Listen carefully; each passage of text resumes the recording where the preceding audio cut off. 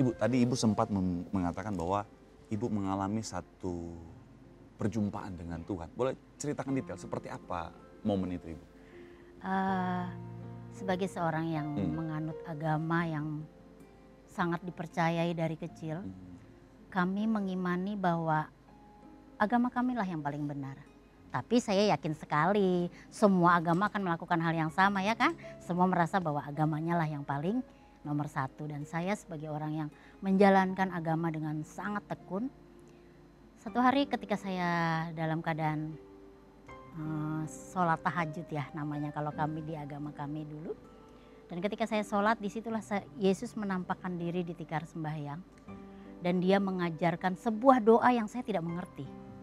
Karena memang saat itu juga memang saya dalam keadaan sakit pendarahan yang mungkin pendarahan hebat lah kalau di agama kami itu, ya biasanya kami akan membaca ayat-ayat surat ayat kursi, bahkan juga surat-surat Yasin. Tetapi di situ saya ketika membaca itu tiba-tiba ada sebuah sinar yang bersinar di tikar sembahyang saya, dan seseorang yang menampakkan diri. Dan dia menunjukkan sebuah tangan yang berlubang paku, dan dia mengambil tangan saya dan suruh memegang. Kemudian dia mengajarkan berdoa. Berdoa di dalam namaku ada kuasa. Dan ketika itu saya berpikir saya sudah berdoa karena saya menjalankan agama dengan tekun.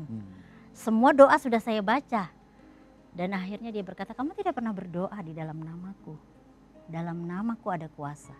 Sebagai seseorang yang sudah biasa menjalankan sebuah agama dengan tekun dan sangat fanatik, doa apa lagi? Itu hanya komunikasi yang di dalam hati. Tetapi anehnya dia mengerti apa yang ada di hati saya. Dia bilang, kamu tidak pernah berdoa di dalam namaku. Dalam namaku ada kuasa. Dan dengan kekuatan yang ada saya berkata, karena saya dalam keadaan pendarahan sudah tidak berdaya. Siapa engkau? Dan dia bilang, akulah Yesus Kristus.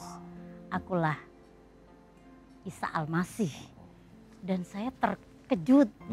Kenapa saya tidak pernah tahu seseorang ini, dan dia memang hanya berupa sinar dan dia hanya menunjukkan tangan.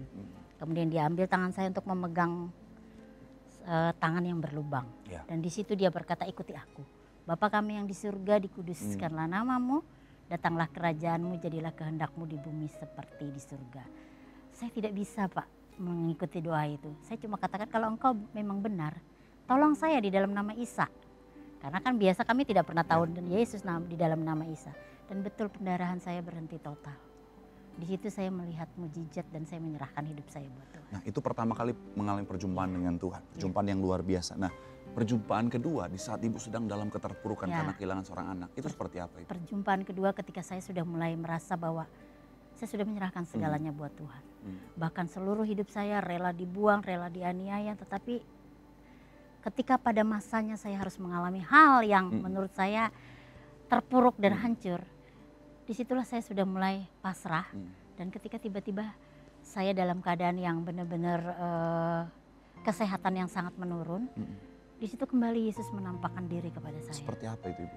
Berupa dia mengambil kembali tangan saya, karena kan saya sudah di tempat tidur dan saya sudah tidak berdaya. Saya menyerahkan, saya pikir Tuhan, saya ikut anak saya saja. Karena itu kehilangan yang buat saya sangat-sangat memukul. Seperti sesuatu jantung saya ditarik sekuat mungkin dan saya tidak berdaya. Walaupun semua orang dengan firman Tuhan, dengan semua firman yang kembali hadir mengingatkan. Tapi apalah daya sebagai seorang ibu yang hancur. Dan ketika itu dia ambil tangan saya dan dia berkata, ikut. Dan ketika saya ikut, saya bertemu, Pak. Betul-betul bertemu ini, saya benar-benar mengalami bertemu dengan Michael di tempat di mana dia ada. Hanya Michael cuma berkata seperti ini, Mama hanya cukup sampai sini. Jadi saya dibawa ke satu rumah yang betul-betul seperti sebuah garasi. Tapi tidak ada mobil, tapi saya berpikir, iyalah mana ada di surga ada mobil ya Pak. Jadi benar-benar tempatnya indah. Dan kemudian di atas itu ada sebuah tempat yang isinya kristal semua. Kemudian ada satu orang yang membawakan dia buku. Si Michael membawakan dia buku, dan saya tahu itu malaikat. Kenapa? Karena saya tidak bisa melihat mukanya. Hanya badannya yang berjubah dan membawa buku dan berkata, Michael, ayo kita naik ke atas. Dan dia bilang, Mama, ini rumahku. Rumahku sudah jadi dan di sini aku mengajar. Dan Tuhan memberi pengertian seperti ini. apa yang dia lakukan di bumi, itu dia lakukan kembali di surga. Artinya ketika Michael di dunia dia menyerahkan hidupnya untuk mengajar anak-anak pemulung, anak-anak STT secara gratis. Ternyata apa yang dia lakukan itu dilakukan di surga. Dan Tuhan mengingatkan saya untuk mengingatkan kepada anak-anak Tuhan yang ada di manapun mereka berada saat ini. Apapun yang kau lakukan untuk Tuhan di bumi akan kau lakukan di surga. Tapi kalau engkau tidak mau melakukan apapun di bumi ini, Tuhan tidak akan bisa memakai engkau juga di sana. Karena keputusan semua ada di tanganmu. Jadi kata Tuhan, apapun misalnya engkau adalah seorang hamba Tuhan, maka di sana juga kau akan menjadi seorang hamba. Tapi ketika engkau menjadi seorang WL, singer, pemusik, di sana juga tempat musik. Jadi ternyata di dunia ini Pak Marcel adalah latihan kita. Dan itu dulu Pak Marcel, saya ketika saya menyampaikan firman, saya berkata, oh kita akan disediakan tempat sama Tuhan. Itu hanya sebuah, ya artinya kita mengupas, tapi ini saya mengalami. Saya melihat sendiri dan di situ saya mulai berkata, iya Tuhan, berarti anak saya sudah ada di tempat yang aman. Bukan, dulu saya berpikir gini, bener gak ya orang meninggal itu memang kita firman Tuhan, katakan Tuhan menyediakan. Tapi kan kadang-kadang bener gak sih? Tapi di situ saya melihat sendiri, anak saya ditempatkan di satu rumah yang maha indah. Kemudian dia melakukan apa yang dia lakukan di dunia. Dan itu satu pesan yang buat saya sampai hari ini, rindu saya sampaikan terus kepada siapapun. Ayo. Lakukan sesuatu sementara kamu di dunia ini untuk Tuhan. Kalau tidak, jangan salahkan Tuhan kalau kau tidak terpakai di sana nanti. Jadi momen perjumpaan ibu dengan Tuhan itu Tuhan gunakan untuk membuat ibu melihat bahwa anak ibu yang sangat ibu sayangi sudah Tuhan tempatkan di tempat yang terbaik. Amen. Tuhan tempatkan di sebuah rumah yang indah. Amen. Dan di sana pun dia melayani Tuhan dengan luar biasa. Nah, dan pada saat itu akhirnya apa yang ibu rasakan? Pemulihan kah? Ya, kemudian saya merasakan bahwa ini yang terbaik. Berarti dia melayani dan Tuhan butuh dia. Tuhan memerlukan dia, kata Tuhan, aku memerlukan dia di sana. Dan saya berkata, ya Tuhan, karena ini Tuhan yang memerlukan. Dan Tuhan mulai jamah hidup saya. Dan Tuhan berkat di dalam hati saya seperti saya harus bangkit. Kalau anak saya dipakai Tuhan di sana, itu kan yang menjadi tujuan saya untuk membesarkan dia. Itu kan yang menjadi tujuan saya untuk mendidik dia secara iman Kristen. Saya suka berkata seperti ini selalu selama Michael masih ada di dunia. Buktikan nak kepada keluarga mamah yang membenci kita bahwa kau bisa jadi orang sukses. Kau bisa menjadi orang yang hebat, ya dalam tanda kutip, dia bisa menjadi pengajar, menjadi berguna. Tapi ternyata dia buktikan kembali di surga bahwa dia menjadi orang yang bersama Yesus bahkan dipakai Tuhan secara luar biasa. Luar biasa ya. Nah, akhirnya setelah itu ibu ngalamin pemulihan yang luar biasa dan apa yang ibu lakukan setelah itu? Setelah itu saya mulai melakukan apa yang selama ini kembali saya lakukan, yaitu mengajar anak-anak sekolah teologi, kemudian juga menjadi pendoa di berbagai tempat, dan saya mulai melayani dan saya mulai mau kembali berkhotbah di mana Tuhan tempatkan saya. Dan nanti tanggal 29 Desember kami akan melayani anak-anak di Gunung Wilis, anak-anak yang menerima Yesus dari suku Tengger.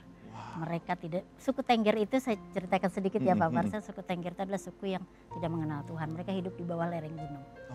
Dan kami menampung mereka dan nanti kami akan berangkat di Desember. Wow, artinya setelah momen di mana Tuhan memanggil anak ibu yang paling ibu sayangi, akhirnya setelah Tuhan pulihkan, Tuhan akhirnya memampukan ibu dan akhirnya menjadi berkat bagi banyak anak-anak di luar sana. Amin. Betul ya. Dan ketika akhirnya saat ini melayani, tantangan pasti ada. Ya pasti. Tantangan seperti apa ibu? Tantangan paling ya kalau saya bilang sih tantangan lebih karena saya sudah terbiasa dengan tantangan ya. Sudah terbiasa dengan mengalami hal-hal yang aniaya. Jadi kami ya tantangan yang ada paling cuma saat ini adalah mungkin tidak ada dukungan. Kami harus artinya gini, melayani dari apa yang kita punya. Karena memang saya tidak tahu ya Pak Marcel, gereja kan biasanya lebih kepada mari hadirilah, jarang pergilah jadikanlah semua bangsa muridku. Itu yang mungkin padahal ini amanat agung. Tuhan sebelum Tuhan pergi ke surga dia justru meninggalkan amanat, artinya pesan terakhir. Tetapi seringkali gereja lupa untuk melakukan penginjilan. Nah, saya dan anak-anak asus kami yang ada di sekolah teologi menghidupi ini, melakukan ini karena kami percaya inilah yang Tuhan mau dalam hidup kami. Dan saya senantiasa ketika saya bangkit, saya melihat Tuhan tersenyum dan Tuhan katakan, good anakku, kamu bisa bangkit dari keterpurukan dan melakukan yang terbaik. Tantangan pasti ada. Tantangan dalam arti kata ya mungkin dana, mungkin semua, tetapi kami percaya Yesus sumber segala. Amin, amin, amin. Kita percaya bahwa ketika Tuhan memberikan kita tanggung jawab, pasti Tuhan sertai dengan kemampuan untuk menjalaninya. Amin. Wow, luar biasa. Artinya udah berapa banyak anak yang akhirnya Ibu layani dalam proses perjalanan setelah dari bangkit dari keterpurukan itu, Ibu? Kalau saat ini ada anak-anak kecil yang dari TK dan dari SD itu 100. Oke. Ya, kemudian karena mereka tidak mau meninggalkan tempat kami karena mereka harus dari Gunung Bromo ke Gunung Wilis itu harus melewati 3 gunung. Jadi mereka memutuskan untuk tidak pulang. Jadi ada sekitar ya 100 anak kecil dan ibu-ibu yang ibu-ibu juga ada? Ya, dan nanti selesai di Gunung Wilis ini mereka baru pulang untuk kembali ke kehidupan mereka, tetapi mereka sudah menerima Yesus sebagai Tuhan dan Juru Selamat. Wah, luar biasa. Saya harus ajak kru di tempat ini untuk tepuk tangan yang luar biasa buat Yesus Ibu yang luar biasa ya. Amin, amin, amin, Yesus amin. yang luar biasa. Amin. Artinya betapa luar biasa ya kisah Ibu menjadi inspirasi bagi banyak orang. Di mana ada banyak orang ketika menghadapi tantangan, persoalan yang berat, ada banyak orang menyerah, ada banyak orang akhirnya tidak bisa bangkit. Tapi Ibu Ruth membuktikan bahwa seberat apapun masalah, tantangan, persoalan kita, ketika kita jalani bersama dengan Tuhan, kita sanggup melewatinya. Amin, Luar amin. biasa. Makanya doa saya buat semua pemirsa yang menyaksikan acara ini, kesaksian dari Ibu Ruth adalah sebuah kesaksian yang begitu luar biasa. Di mana apapun yang kita hadapi, ingat baik bahwa segala perkara dapat kita tanggung dalam Tuhan yang memberikan kekuatan bagi setiap kita. Doa saya, saudara kuat, saudara mampu, saudara melihat kemenangan yang Tuhan sediakan buat saudara. Haleluya. Ibu Ruth, terima kasih banyak kesaksian yang luar biasa. Saya percaya bukan cuma saya yang diberkati, semua yang menyaksikan juga semuanya pasti diberkati. Amin. Doa kami, Tuhan terus pakai dengan luar biasa kehidupan Ibu Ruth, jadi berkat bagi banyak orang, nama Tuhan dipermuliakan. Amin. Terima kasih Ibu Ruth, Tuhan Yesus Sama-sama. memberkati. Tuhan memberkati pendeta juga ya. Sama-sama Ibu, Tuhan memberkati. Sama-sama Tuhan berkati. Jika ada pemirsa yang ingin membagikan kesaksiannya dan menjadi narasumber kami, bisa menghubungi media sosial Way Out di bawah ini. Sampai jumpa di episode selanjutnya. Tuhan Yesus memberkati.